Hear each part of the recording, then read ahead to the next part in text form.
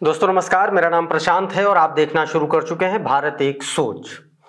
दोस्तों, उत्तर प्रदेश में विधानसभा के उपचुनाव में मतदान होने में 4 दिन का वक्त बचा है। 20 तारीख को मतदान होना है और 23 तारीख को रिजल्ट आ जाएगा। यानी कि अब बहुत कम वक्त बचा है, कुछ घंटे बचे हैं। और इसी के मद्देनजर समाजवादी पार्टी के मुखिया अखिलेश यादव उन सीटों पर अब उनका ज्यादा फोकस हो चला है जहां पर भारतीय जनता पार्टी जिन सीटों को अपना मजबूत गढ़ बताती चली आई है। उसमें गाजियाबाद की सदर विधानसभा सीट है, अलीगढ़ की खैर विधानसभा सीट है।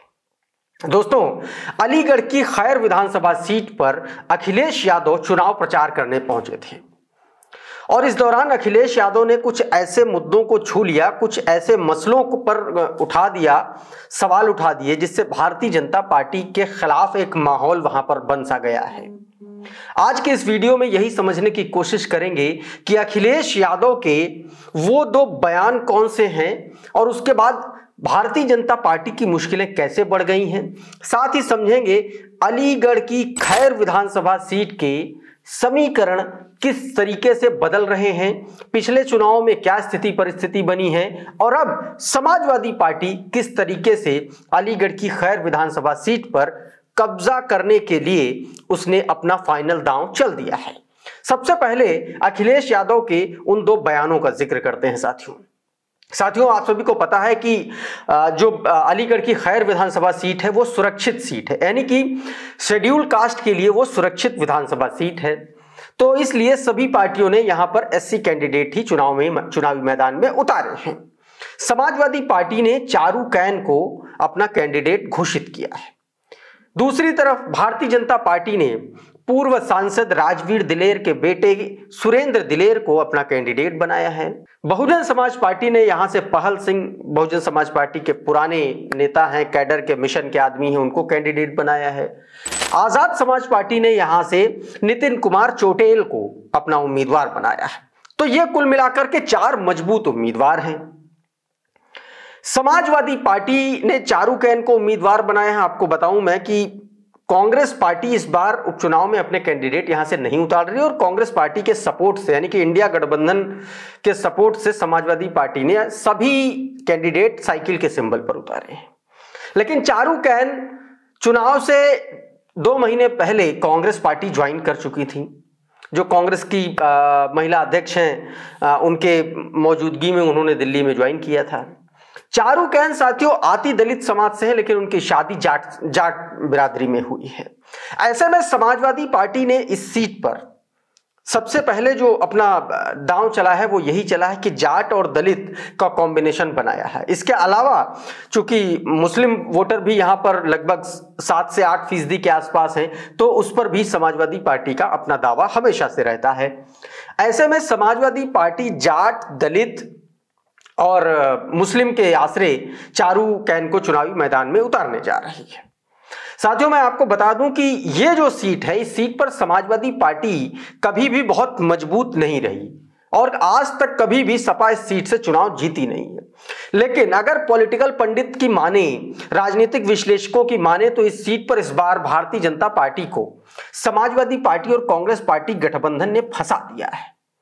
ऐसे में समाजवादी पार्टी का अगर जाट, दलित और मुस्लिम वाला कॉम्बिनेशन चल निकला तो भारतीय जनता पार्टी इस सीट पर चारों खाने चित्त नजर आएगी। कैसे चित्त नजर आएगी वो मैं आपको बता दे रहा हूं अभी। लेकिन सबसे पहले आपको मैं बता दूं जरा अखिलेश यादव का वो बयान, क्योंकि सामाजिक समीकरण के साथ में नैरेटिव और मुद्दा इस चुनाव में एक बड़ा फोकस पॉइंट बन गया है। अखिलेश यादव ने साथियों खैर विधानसभा सीट पर चुनाव प्रचार के दौरान चारू कैन को अपने मंच पर खड़ा किया। चारू कैन मंच पर खड़ी रही और अखिलेश यादव भाषण देते रहे। अखिलेश यादव ने इस दौरान 2 बहुत अहम मुद्दे उठाए। पहला मुद्दा जो अग्निवीर स्कीम का है, सेना में भर्ती का है, वो मुद्दा अखिलेश यादव ने उठाया। मंच से अखिलेश यादव ने कहा कि चाहे जितना बजट खर्च हो जाए, अपने नौजवानों को पक्की वर्दी और पक्की फौज जो है नौकरी दिलाने का काम समाजवादी लोग करेंगे। यानी कि अखिलेश यादव को यह पता है कि पश्चिमी उत्तर प्रदेश की जो पूरी बेल्ट है वहां से सबसे ज्यादा अगर यूथ और युवा किसी सर्विस में जाते हैं, या तो वो पुलिस में जाते हैं या तो फिर वो आर्मी में जाते हैं, और इसीलिए सीधे तौर पर अखिलेश यादव ने यूथ को टारगेट किया। दूसरा सबसे बड़ा मुद्दा, उन्होंने डीएपी का मुद्दा उठाया। किसानों के लिए खाद सबसे जरूरी साधन है, और रकबा के हिसाब से अगर देखेंगे तो पश्चिमी उत्तर प्रदेश में खेती किसानी का जो पूरा रकबा है वो पूरे उत्तर प्रदेश का सबसे ज्यादा हिस्सा है, और बड़े किसान जितने भी हैं वो पश्चिमी उत्तर प्रदेश में ही हैं, ज्यादातर ऐसा माना जाता है। किसान मूवमेंट और किसानों के मुद्दे और उनकी खाद का मुद्दा सीधे तौर पर अखिलेश यादव ने पीडीए से कनेक्ट कर दिया।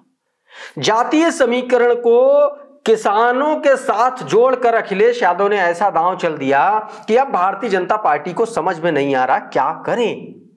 अखिलेश यादव ने सीधे तौर पर कह दिया कि भारतीय जनता पार्टी को डीएपी में भी पीडीए नजर आ रहा है, इसीलिए पहले पीडीए को इन्होंने वंचित रखा, कुछ नहीं दिया, और अब किसानों को डीएपी नहीं दे रहे हैं। ये दोनों बयान है अखिलेश यादव के, पहले आप सुन लीजिए, उसके बाद आगे की बात। आज फौज की भर्ती जिस तरीके से होती थी वो नहीं हो रही है।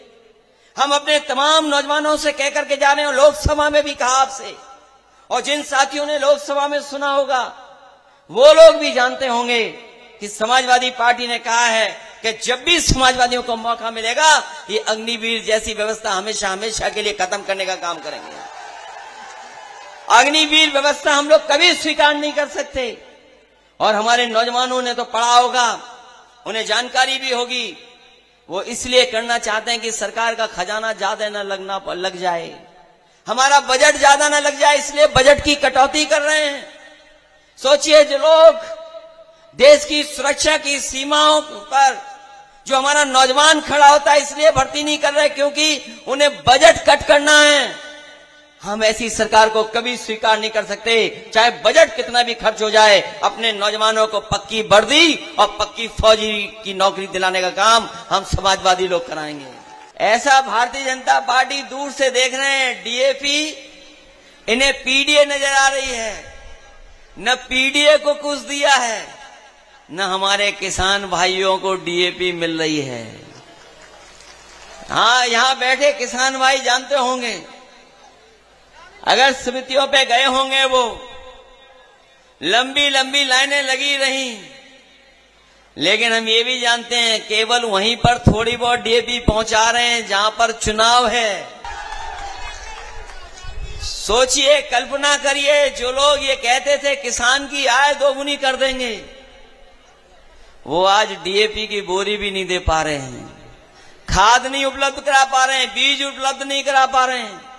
तो साथियों, कुछ इस तरीके से अखिलेश यादव ने सीधे तौर पर भारतीय जनता पार्टी को अपने निशाने पर लिया। इस सीट की साथियों बात कर लेते हैं। यह सीट, इस पर 4 बार भारतीय जनता पार्टी चुनाव जीत चुकी है। 2 बार पिछले 2 बार से जीती रही है। 17 में जीती, 22 में जीती, इससे पहले 12 में यह सीट बसपा के खाते में रही थी, और यहां से 5 बार, इस सीट पर 5 बार जो है आरएलडी चुनाव जीती है, और 5 बार कांग्रेस और 4 बार भाजपा। सपा यहां से चुनाव नहीं जीती, मैंने पहले भी बताया दोस्तों। सामाजिक राजनीतिक समीकरणों की बात कर ले तो क्षत्रिय, ब्राह्मण और वैश्य, ये 3 कम्युनिटी जो है इस सीट पर, ये बीजेपी का कोर वोटर मानी जाती है, और इस सीट पर लगभग ये कम्युनिटी मिलाकर के 29% के आसपास वोट बनता है। तो यह बीजेपी का समीकरण है। समाजवादी पार्टी इस बार दलित, मुस्लिम और जाट के इर्द गिर्द घूम रही है। इसको अगर मिलाकर के देखेंगे तो लगभग 27% इस सीट पर दलित वोटर है। दूसरी तरफ ओबीसी की अगर बात कर लें तो जाट, लोधी, राजपूत और यादव आते हैं लगभग 36% के आसपास।